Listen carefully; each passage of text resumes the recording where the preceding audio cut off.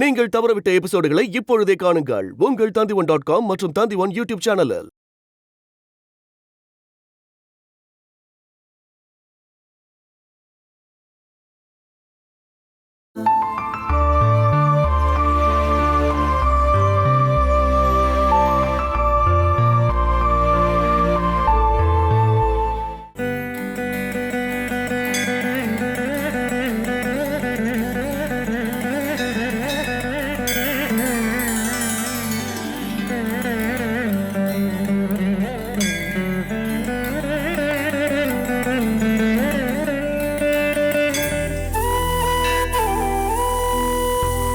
கடவுளே, நான் உனக்கு எப்படிதான் நன்றி சொல்லுவேன்? என்னோட பொண்ண நீ என் கண்ணு முன்னாடி கொண்டு வந்து காட்டிட்ட. கடவுளே, இதுக்கப்புறம் நான் என் பொண்ணு கூட தான் எப்பவுமே இருக்கணும்.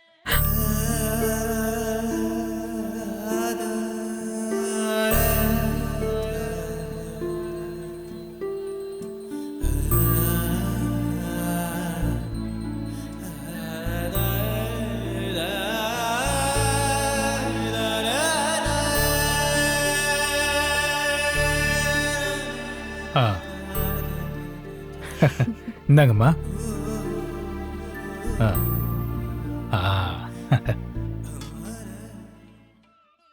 பிரசாதம். பார்வதிமா, உங்க சைட்ல இருந்து பால் பாயசம் வடையெல்லாம் கொண்டு வந்து ரொம்ப பெரிய பூஜைய சிறப்பா பண்ணிட்டீங்க. ஒரு சந்தோஷமான விஷயம்தான் ஐயரே. புரிஞ்சு போச்சு. இந்த பொண்ணு பெங்களூர்ல இருந்து தானே வந்திருக்காங்க. பொண்ணுக்கு தமிழ் நல்லா தெரியும் தானே? தெரியும். உங்க அம்மாவோட கண்ணீர் தான் உன்னை இங்க வர வச்சிருக்கு. எத்தனை வருஷத்தோட பிரார்த்தனை தெரியுமா உனக்கு?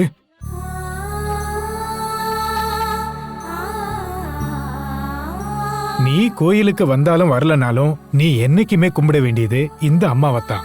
அந்த அளவுக்கு இந்த மனசு ரொம்பவே உருகி இருக்கு. தெரியும், எங்க அம்மா நேர்ல இருக்கிற தெய்வம்னு நான் முழுசாவே நம்புறேன். அதுதாம்மா நானும் சொல்றேன். மாதா பிதா குரு தெய்வம், அப்படிதானே?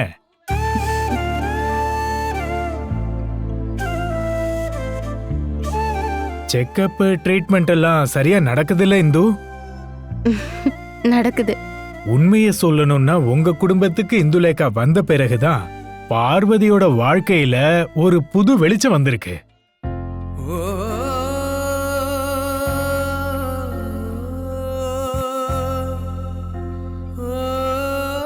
அது சில பேரோட அதிர்ஷ்டத்தால தான் நடக்கும்.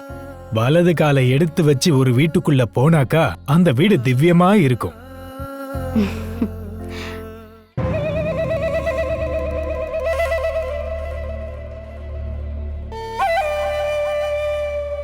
இந்து கர்ப்பமானதும் இப்போ நீரஜா வந்ததும் உங்களுக்கு ரெட்டிப்பு மகிழ்ச்சி தானே?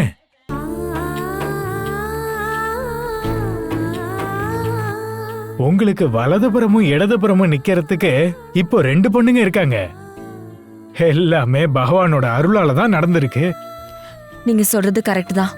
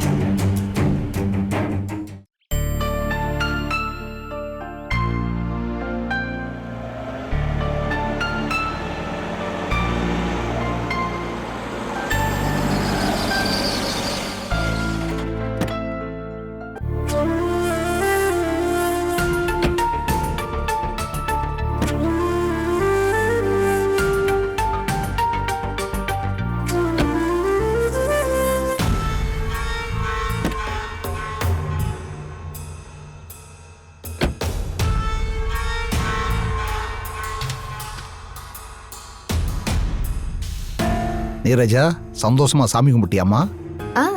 நல்லா கும்பிட்டேன். அங்க இருக்கிற கிருஷ்ணர் உங்க அம்மாவுக்கு பிடிச்சமான ஆளு. இவ எப்பவுமே அங்க போய் கிருஷ்ணர்கிட்ட கம்ப்ளைண்ட் பண்ணிட்டே இருப்பா.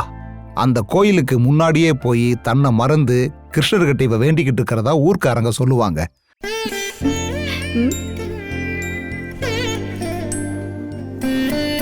கிருஷ்ணர் பார்வதி கிட்ட பேசுவாரான்னு எனக்கு தெரியாது. அந்த மாதிரி ஏதாவது நடந்திருக்கா என்ன? கிண்டல் பண்ணாதீங்கண்ணா. அட கேலி பண்ணலாமா? நம்ம நிம்மதியை ஷேர் பண்ணிட்டு வர்ற அந்த அனுபவம் தான் கடவுளோட நம்பிக்கை. அவங்களுக்கு பிடிச்சமான கடவுள்கிட்ட போய் சண்டை போடுவாங்க, அழுவாங்க, சில நேரம் முறையிடுவாங்க. சந்தோஷத்தையும் துன்பத்தையும் பங்கு போடுறதுக்கு நிறைய பேருக்கு சொந்தக்காரங்களும் நண்பர்களும் இருக்காங்க. ஆனா மனபாரத்தை இறக்கி வைக்க பல நேரம் நமக்கு கடவுள் தான் துணை. பார்வதி கோயிலுக்கு போகாம இருக்கிற நாட்கள்ல இவளுக்கு பதிலா அங்க அனுப்புறது இந்துலேகாவை தான். பக்தி விஷயத்துல பார்வதிக்கு இவ குறைஞ்சவே இல்லை. சரிதானே இந்து?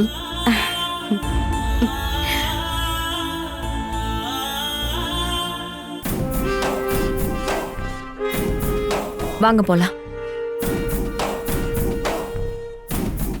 நீரஜாவுக்கு அம்மா வீடு மாதிரியே இந்த ஊரும் பிடிச்சிருக்கா என்ன? ஆமா, இந்த வீடு ரொம்ப அருமையா இருக்கு. ஆ.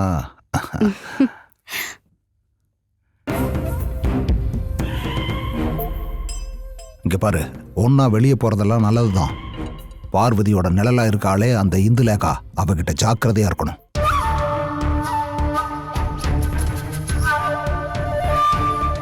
ஒவ்வொரு வார்த்தையும் ஒவ்வொரு ஸ்டெப்பையும் கவனத்தோட எடுத்து வைக்கணும். ஏனோ தானோன்னு நம்ம பேசக்கூடாது. அவ ரொம்ப புத்திசாலி.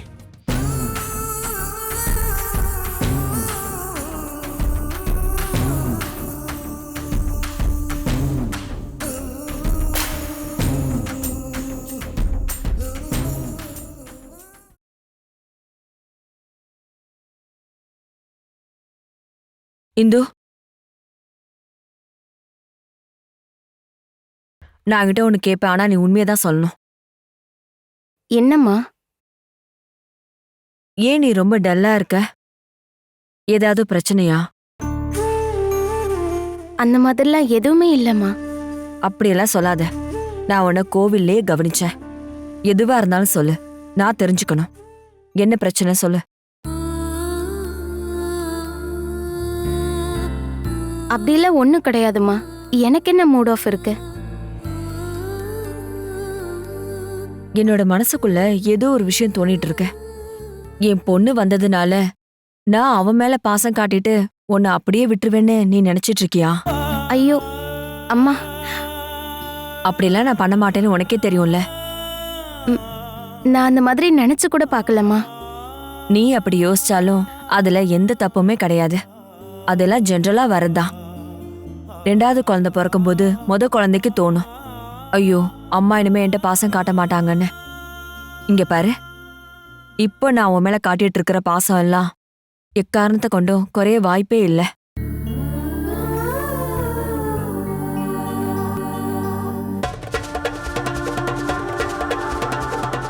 எனக்கு பேர குழந்தைய பெத்து கொடுக்க போறது நீதானே. நான் உன்னை ஒதுக்கி வைப்பேனா என்ன?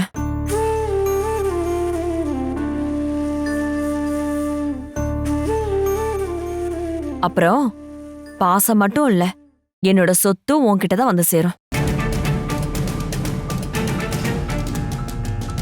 நீ எப்பவுமே நீ ஒரு அந்தஸ்தோட வாழணுங்கிறதுக்காக நான் என் சொத்துல இருந்து கொடுக்கறேன். இங்க இருக்கிற சொத்தோட ஒரு பங்க என் பேர்ல நான் மாத்தி எழுத போறேன். என்னோட காலத்துக்கு அப்புறம் அது எல்லாத்தையுமே நீ தான் அனுபவிக்கணும்.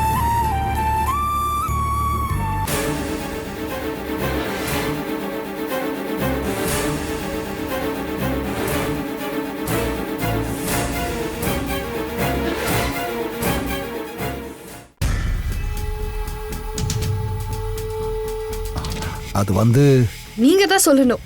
குடும்ப சொத்தோட பங்கு வாங்குறதுக்காக தான் என்ன இங்க கூட்டிட்டு வந்தீங்களா? பெங்களூர்ல இருந்து எனக்கு ஃப்ளைட் டிக்கெட் எடுத்து கொடுத்தப்போ சும்மா என்னுடைய தேவைக்காக நான் ஒன்னும் கிளம்பி வரவே இல்லை. நான் வெல் பிளான்டா இருந்தம்மா. நானும் தான். ஷேனாய் குடும்பம், அங்க இருக்கிற ஆளுங்க, அவங்களோட சுபாவம், அந்த வீட்டோட ஃபீச்சர்ஸ், இது எல்லாத்த பத்தியும் நீங்க எனக்கு கிளாஸ் எடுத்தீங்க. நான் அதை பை ஹார்ட் பண்ணேன். நீங்க எதிர்பார்த்ததை விட நான் ரொம்ப அற்புதமா தான் நான் அங்க என்ன பிரசன்ட் பண்ணேன். சரிதானே? கண்டிப்பா. ஆனா இப்ப நான் என்ன கேட்டிருக்கேன்? பாசம் மட்டும் இல்ல, சொத்தையும் இந்துலேகாக்கு கொடுக்கறாங்க போல. எல்லா சொத்தையும் இந்துலேகாவுக்கு கொடுக்க போறதா பார்வதி ஒன்னும் சொல்லவே இல்லையே. அது நடக்காதே. அப்படின்னா பாதி சொத்தா? ஓப்பனா சொல்லுங்க. 50-50ல எனக்கு இன்ட்ரெஸ்ட் இல்ல. என்ன பிரச்சனைன்னு இப்ப உனக்கு நல்லா புரிஞ்சிருக்குமே. பெத்த மகளா பார்வதி அவ மேல பாசத்தை காட்டுறா. இதுக்கு மேல பாசத்தை காட்டுட்டோம், அளவுக்கு மீறி பாசத்தை காட்டுட்டோம். ஆனா பெத்த பொண்ணா வந்த எனக்கு ப்ராப்பர்ட்டி கிடைக்கணும்.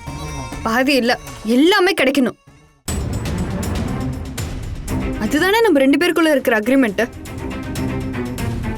ஒருவேளை இதுக்கப்புறம் ஏதாவது ஒரு மாற்றம் வந்துச்சுன்னா நான் திரும்பி போயிடுவேன்னு நினைக்காதீங்க. அப்படி இந்த நீரஜா ஒண்ணு சும்மா போக மாட்டான்னு தெரியும்ல.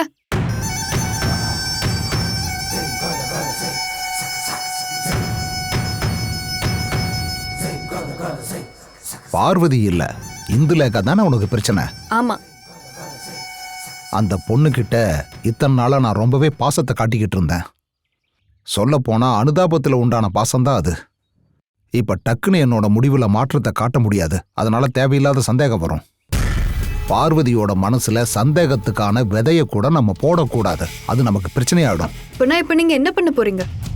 மகங்கிற லேபிள தலையில ஒட்டிக்கிட்டு எங்கேயாவது ஒரு மூலையில போய் நான் தங்கிக்கிறேன். சொத்தோட சாவியை இந்துலேகா கிட்ட ஒப்படைக்கலாம். என்ன? அது இந்துலேகாவை பார்வதியோட மனசுல இருந்து பிரிச்சு வைக்கத்தான் பார்க்கணும். ஒரு ஆள் நினைச்சா அது கண்டிப்பா நடக்கும். அது யாருன்னு உனக்கு தெரியுமா? நீதான் அது. Yes, you can.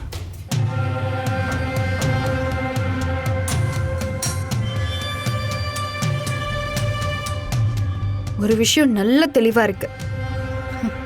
எனக்கு அம்பாட்டி வீட்டுல ஒரு எதிரி இருக்காங்க, இந்துலேகா. அவதான் என்னுடைய எதிரி.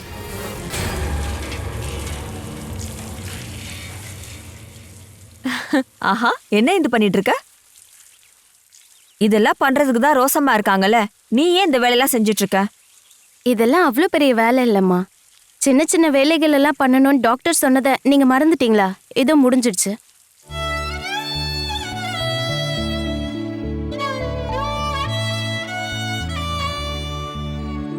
அப்புறம் நான் உன்கிட்ட ஒரு விஷயத்த சொல்லணும் தான் வந்தேன். நீ என்கிட்ட உண்மையதான் பேசுவ. என்னம்மா? நான் என்ன சொல்ல வந்தேன்னு நினைச்சு உன் மனசுல தோன்ற விஷயத்த சொல்லாம விட்டுறக்கூடாது. அம்மா சொல்லுங்க. என் பொண்ணை பத்தி தான். அவளை பத்தி உனக்கு என்ன தோணுது? அவ ரொம்ப நல்ல பொண்ணுதான். இது தவிர என்ன சொல்றது? அது இல்லம்மா, அவளோட சுபாவம். அத பத்தி தான் நீ என்ன நினைக்கிறன்னு நான் உன்கிட்ட கேட்டேன். அது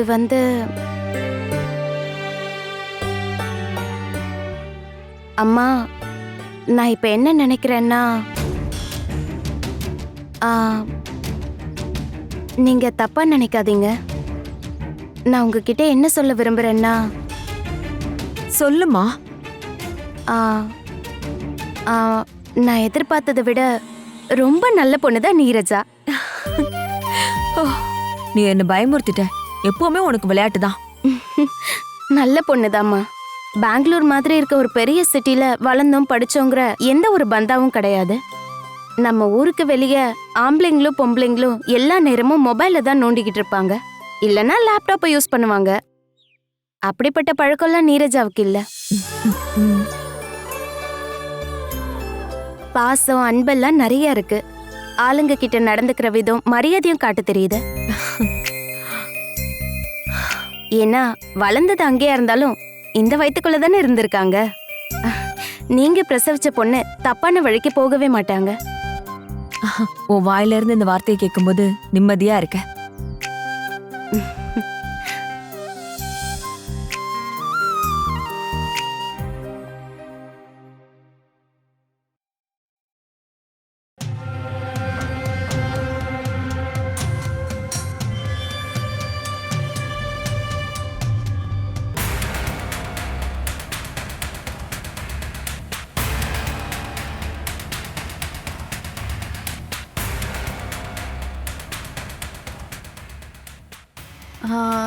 இங்கதான் வேலைக்கு ஆள் இருக்காங்கல்ல, அப்படி இருக்கும்போது நீங்க எதுக்கு இதெல்லாம் பண்றீங்க?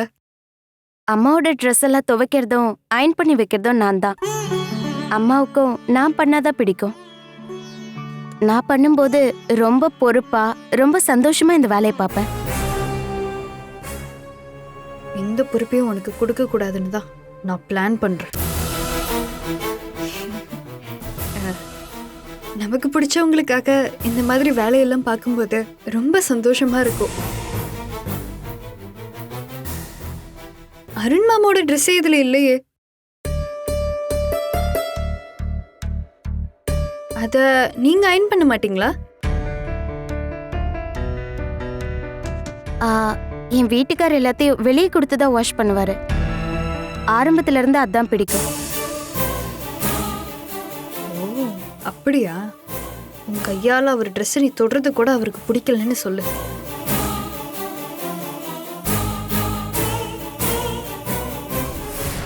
அட, ப்ரொஃபஷனல் ஆளுங்க செய்யற மாதிரியே இருக்கே நீங்க அயன் பண்றது.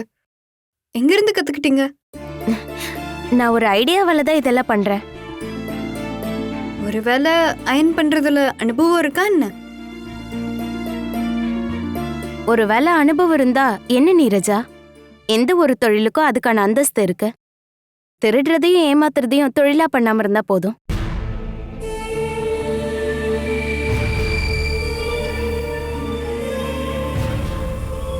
உங்களோட வாழ்க்கையில நீங்க ரொம்பவே கஷ்டப்பட்டுட்டீங்கல்ல? அதெல்லாம் பழைய காலங்கள். நீங்க இங்க வந்ததுக்கு அப்புறம் பழைய காலங்களா மாறிடுச்சுல. என்னோட ட்ரெஸ் அயன் பண்ணி தரீங்களா? அதுக்கு என்ன, எடுத்துட்டு வாங்க.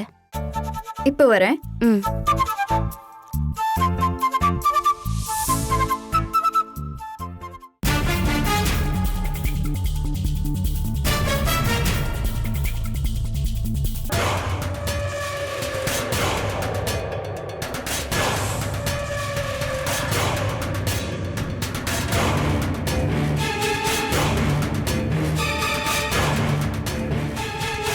இந்தாங்க.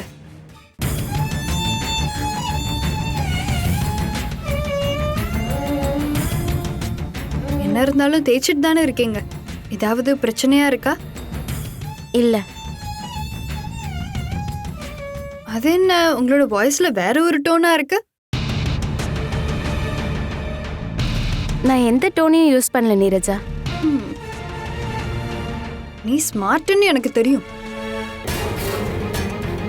ஆனா ஓவர் ஸ்மார்ட்டா இருக்க கூடாது, அதுவும் எனக்கு முன்னாடி.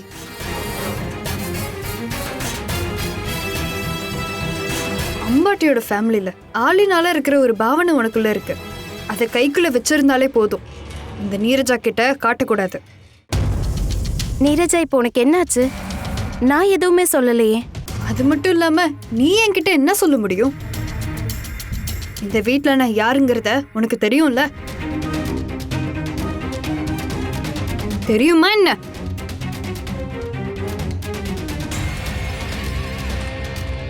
பார்வதி அம்மாவோட பொண்ணு. நீ இந்த வீட்ல யாரு?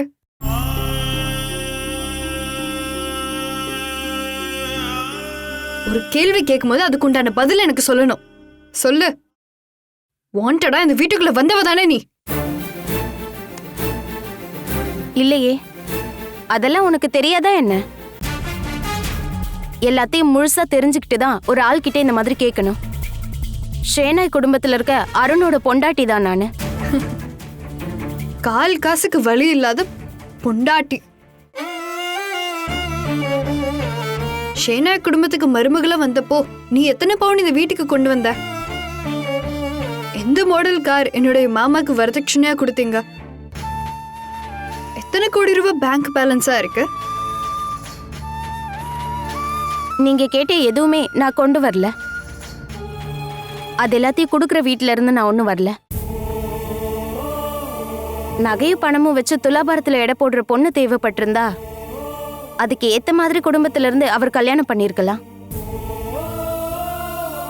இந்துலேக்கா அம்பாட்டுக்கு மருமகளா வந்ததுக்கு ஒரு காரணம் இருக்கு. அதை நீங்க புரிஞ்சுக்கிட்டதுக்கு அப்புறம் தான் கேள்வியை கேட்கணும். அப்புறம் ஒரு பொண்ணு அப்படிங்கிற முறையில ஒரு மிகப்பெரிய சொத்துக்கு இப்ப நான் தான் பொறுப்பு. ஒரு குழந்தைங்கிற சொத்து. ஆனா உனக்கு பிறக்க போற குழந்தைய அருண் மாமா வேணான்னு சொன்னதா நான் கேள்விப்பட்டேனே. எனக்கும் என் குழந்தைக்கும் என் வீட்டுக்கார் தேவைப்படுவாரு. அவரு உங்க 2 பேரும் ஏத்துப்பாருன்னு எனக்கு என்னமோ தோணவே இல்லை. சொல்லணும்னா உனக்கு கொஞ்சம் கூட வெக்கமே இல்லையா? எட்டி உதைக்கிற புருஷனோட காலை பிடிச்சு இப்படி அடிமையா வாழ்றதை விட நல்லது சாவறது தான்.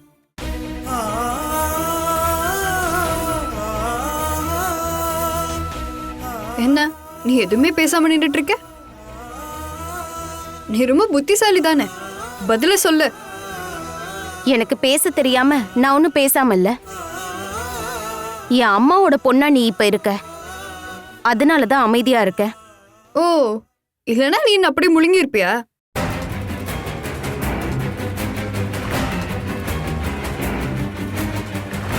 ஏய், என்ன பாரு.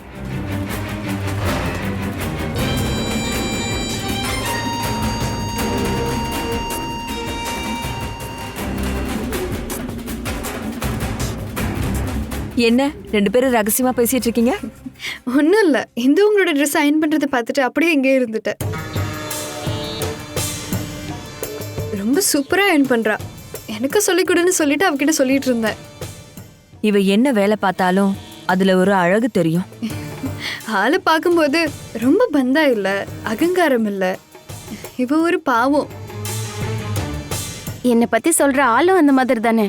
ரொம்ப பந்தா காட்டாம இருந்தாலே போதும்ல.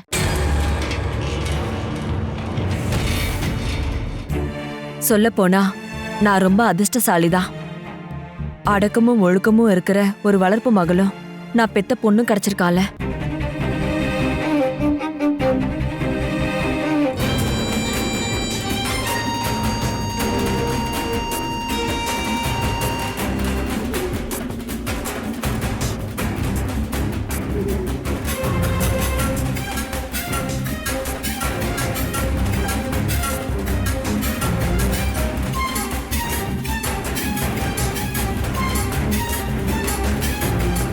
Catch us on TV, Tandivan.com, Facebook and YouTube.